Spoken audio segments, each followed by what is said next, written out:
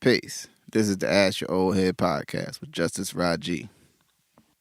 Starting the path and looking at the progression of one's development and for the nature of what my vision or my thoughts around why I started working on this.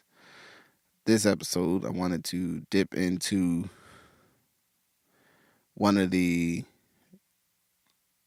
pieces or concepts, and I think it's kind of timely in a sense. We'll see if I get there correctly to something that's in the atmosphere right now. And the differentiation in the stages of development of a male to a man, as I understand it, as I try to practice it for my own self. Visions for Black Men by Naeem Akbar centers or is a piece dedicated to envisioning the concept of self for Black men specifically that impacted me as a young man in my thinking. Tied in with my study. I want to say at the end of high school, I first became familiar with this particular piece. I may or may not have the right time or window. And in my senior year in high school, I took a psychology class. We talked about human development and stages and the, at least what was the curriculum at that time, differentiating between Freud and Jung, all right, or Pavlov, or one of them.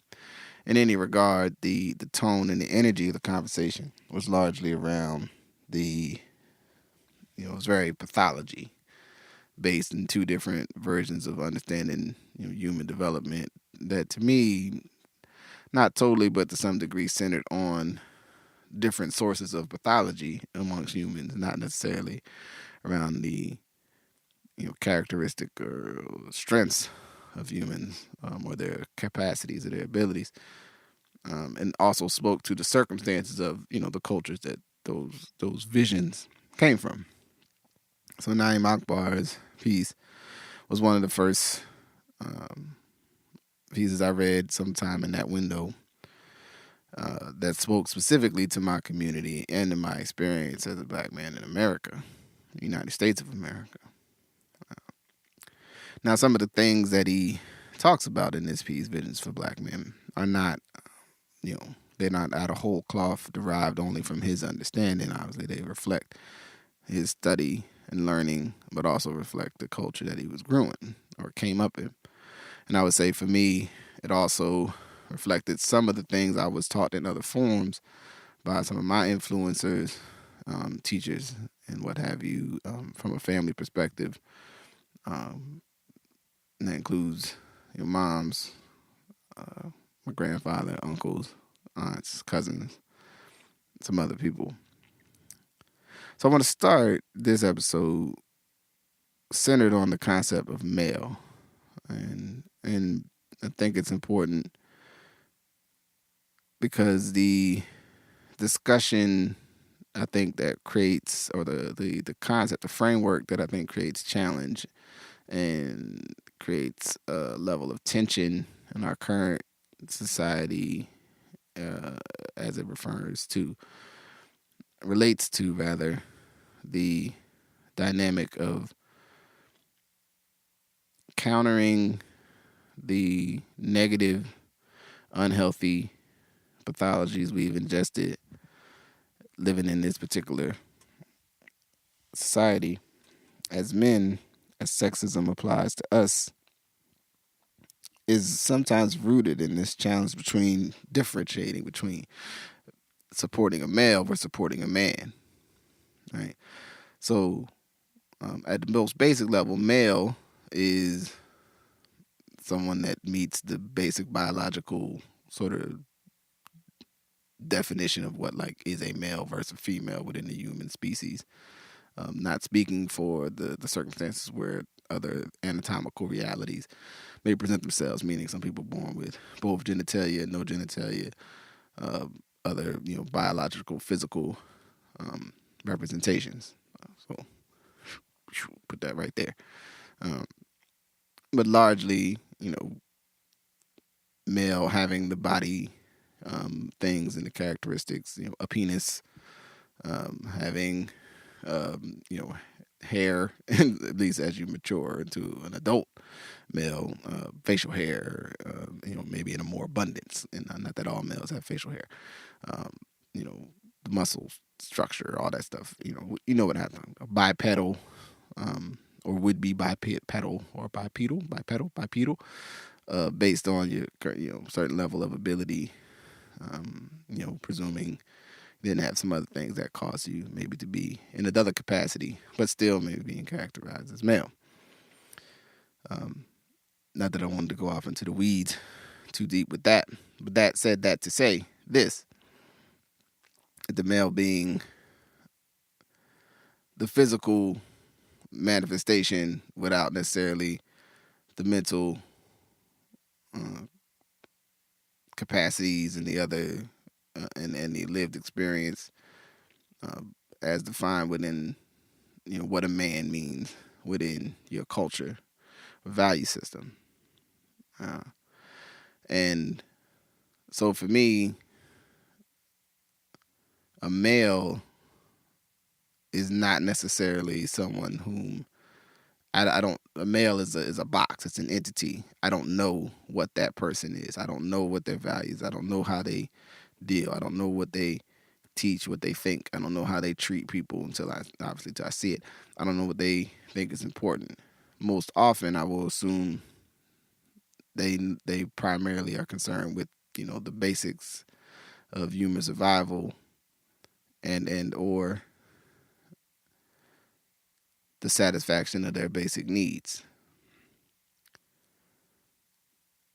The concept of mind, as it attaches to man, or man differentiating, as I see it, is that you are the walking personification of the principles and values of your culture that have give further definition to whatever physical realities you came into the world with,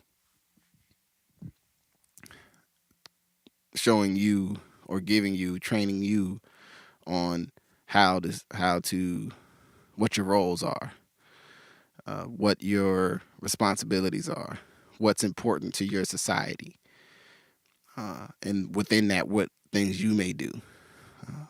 Whether those be things that are exclusive to you as man within your society, or are just also specific to you, right? And there's a difference there, but we'll get into that maybe another time. Not sure of now. And so I think sometimes a challenge of our time is that males who think they're men and may be men within their understanding or framework of it mistake critical analysis, critical feedback of another male's actions as implication and somehow implicating them. I'm gonna come back to that, but let me read something in here specific that I think speaks to it. Now I suggest you grab a copy. There's some things in here that are, a little dated in tone and energy. Largely, as I always say, take the best part for yourself. So one of his lines is, maleness is a mentality that operates with the same principles as a biology. It's a mentality dedicated or dictated by appetite and physical determinants. This mentality is guided by instincts, urges, desires, or feelings. Right. So it's saying the body, the urges are not, relegated, triaged in any way by the mind, by the personage, by the entity that you are. It's just, if I'm hungry, I need to eat. If I'm tired, I get to sleep. I gotta go bathroom, I gotta go bathroom. If I'm angry, I strike out. If I'm scared, I run or I stand, whichever your fight or flee response. Right? There's no contextual factors. There's no counting for time. There's no other pieces in there. Give me what I want when I want it. And I will find, because I think it's important, and It's a strong, because the way Brother Naeem frames it is, despite the strong, yeah, here it is. Though he is driven by hunger and greed and an ever increasing desire for more and more, he is incapable of doing anything to accomplish these things for himself. He is, in this mentality, a whining, crying, hungry, independent little leech. Ooh, that's strong words right there.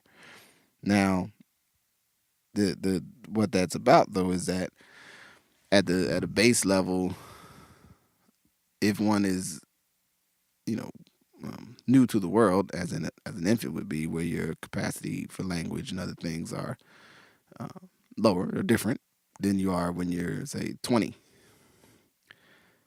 is not necessarily, it's not a problem for what we would call a male infant to cry when it's hungry, to weep when it's scared, to claw and grab when it needs to eat or needs its needs met. That's an appropriate way for a baby to get attention. Even up to several years of age, certain behaviors would make sense.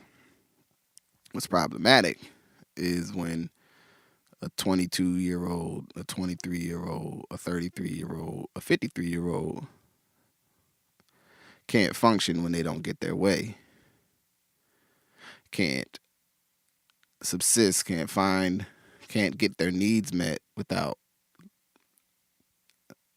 imposing upon others to meet those needs, either via coercion, whether that be physical or mental or emotional, cannot discuss anything with any level of objectivity and appropriate subjectivity. Right? It's my way, the highway. Any challenge to my stasis and my sense of self can only be met with fisticuffs. That's a problem.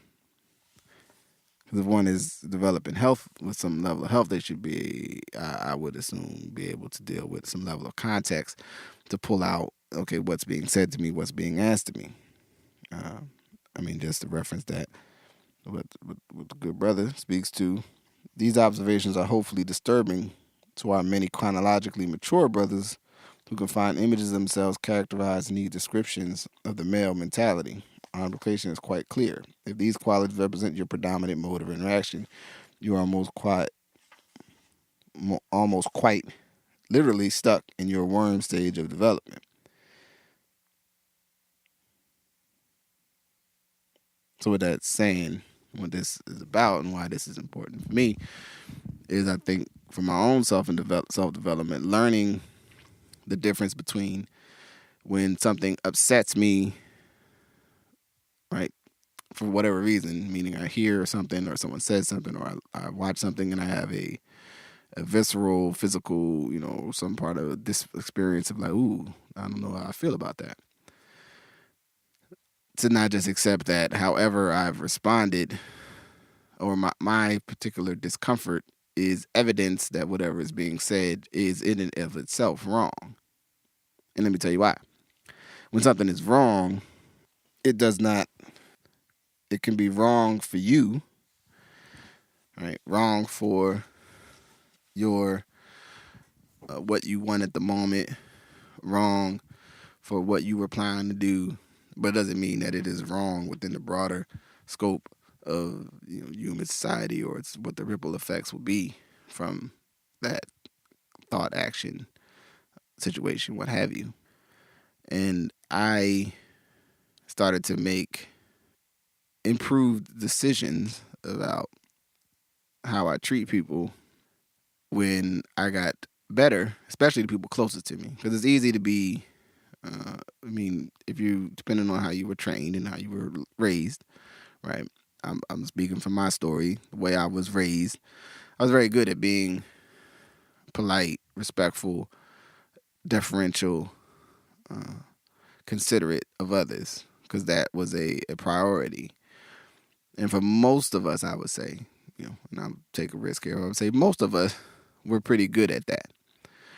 The place where we tend to take liberties with people's feelings, with how we treat um, folks, with folks' dignity, is those that either are closest to us as family or friends or intimates, who we met or who we have some form of leverage position with, whether that's an institutional leverage position or a professional leverage position or a personal leverage position.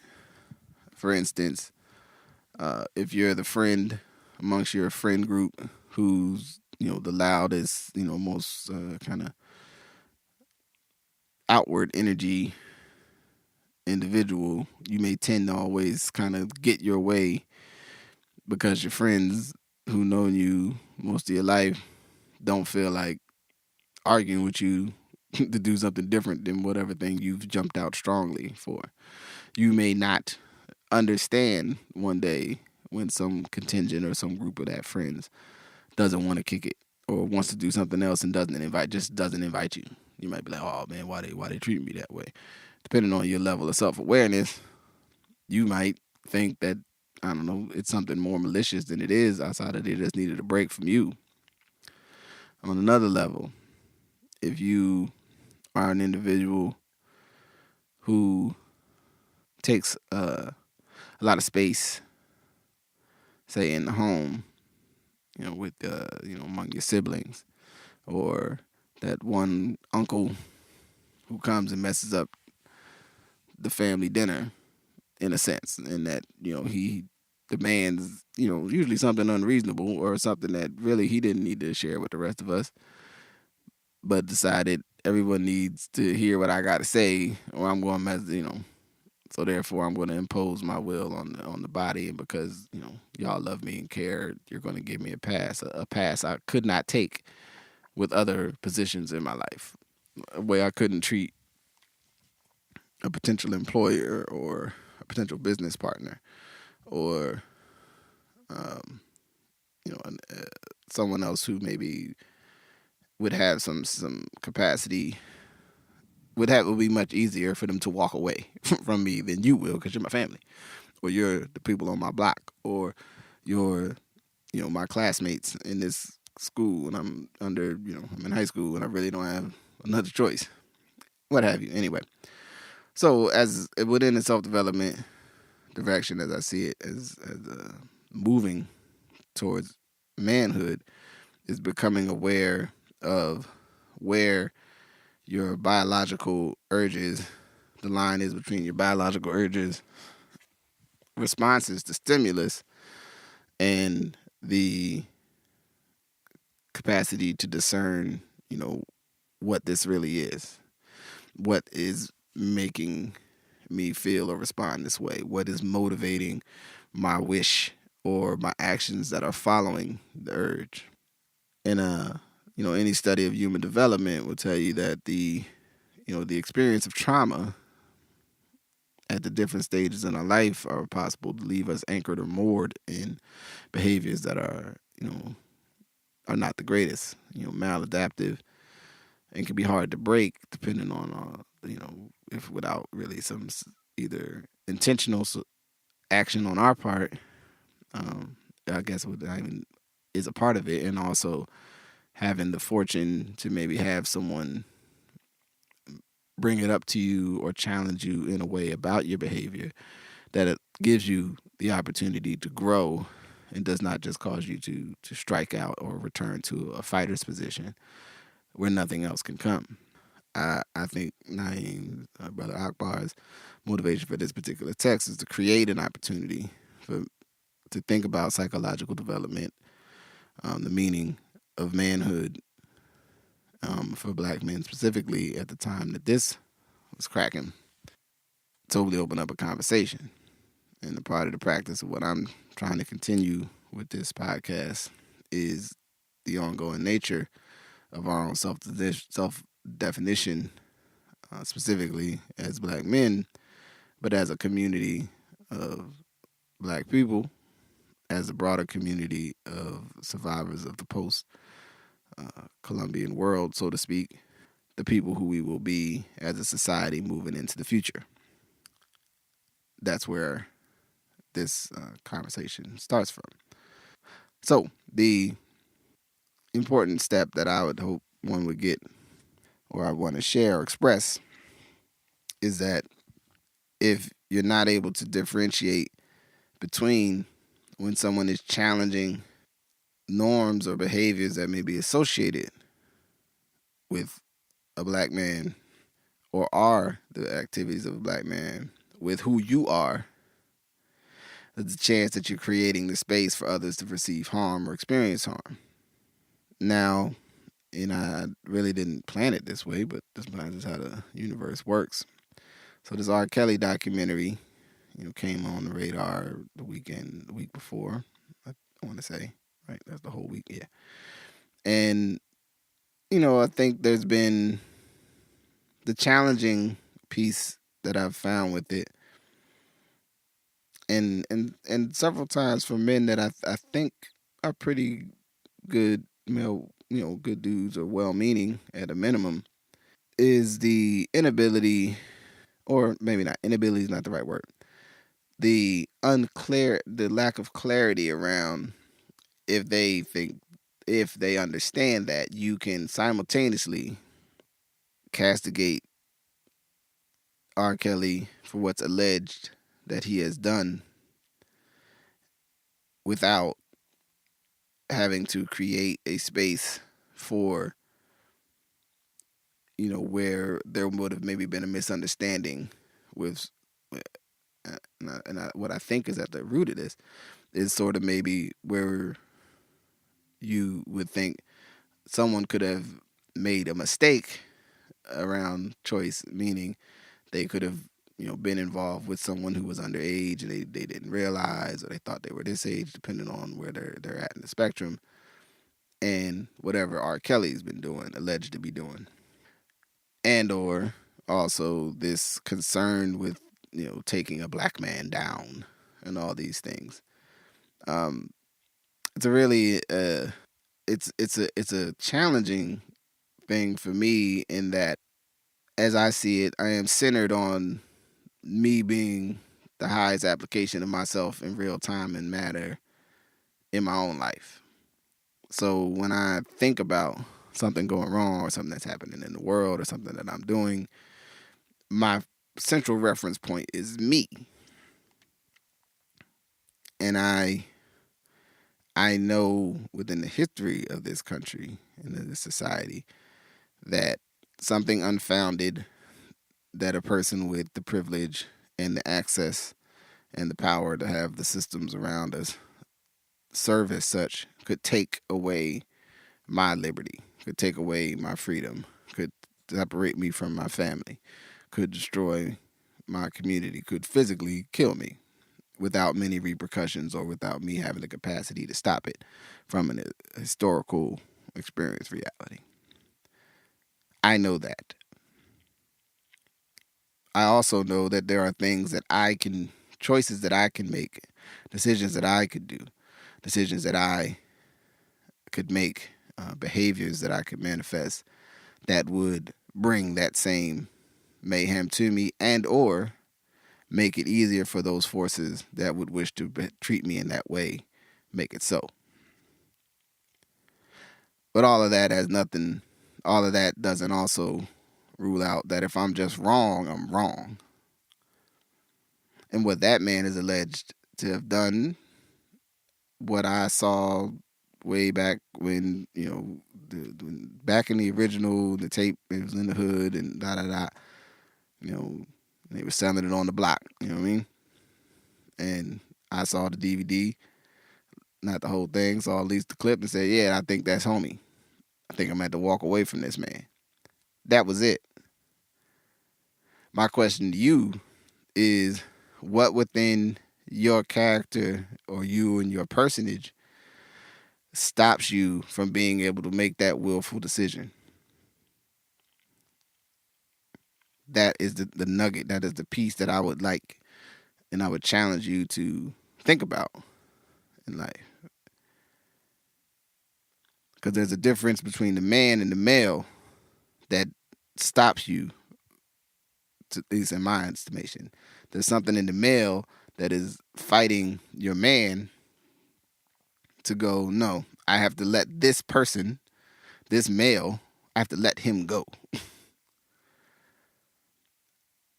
And I think if you take some time to meditate on that, take some time to sit with that thought, why do you feel motivated to not let this male go? Just explore it. You can feel free to share, on the internets with me if you want to. You know where to find me on Twitter, or you might know at JustIfe, JUST_IFE on Twitter or Instagram. But ask yourself, why are you fighting letting this man go? Not man, pardon me, male. Why are you arguing with folks about, well, where were the parents and what about this? And, it sounds like it could be some other stuff, or, well, this goes on, that goes on. All of that stuff, I might ask it, why are you can simultaneously think about the realities of these other problematic pieces of the story, these other complicit parties, and the general overall complicit, which is magical thinking, and or also buying the dream, which is the constant thing in our experience in this society that in different forms always leads one astray or into mayhem or challenge. But really, sit with it. What is it that I love about the male that would make me want to make that type of male a man? So this is a step one, I would say. I don't know if it'll be in the next episode, but in the subsequent episode of the podcast, I'm going to tie more into some of my own defining concepts as man, and what I think is really reflective of what a man is, what manhood means in so many terms to me. So in the meantime, if you have access, Visions for Black Men by Naeem Akbar, still available on the internets to purchase. I'll probably post a link in the show notes. I'll probably post some other things in between now and the next episodes. Should have an interview coming up for you next week if everything goes as planned, as well as maybe pulling some other things out the archives. Yeah, and with that, I'm going to bring this to a close. So I thank you for listening. Peace. This has been the Ask Your Oldhead podcast with Justice Rajee. Thank you for listening. Peace.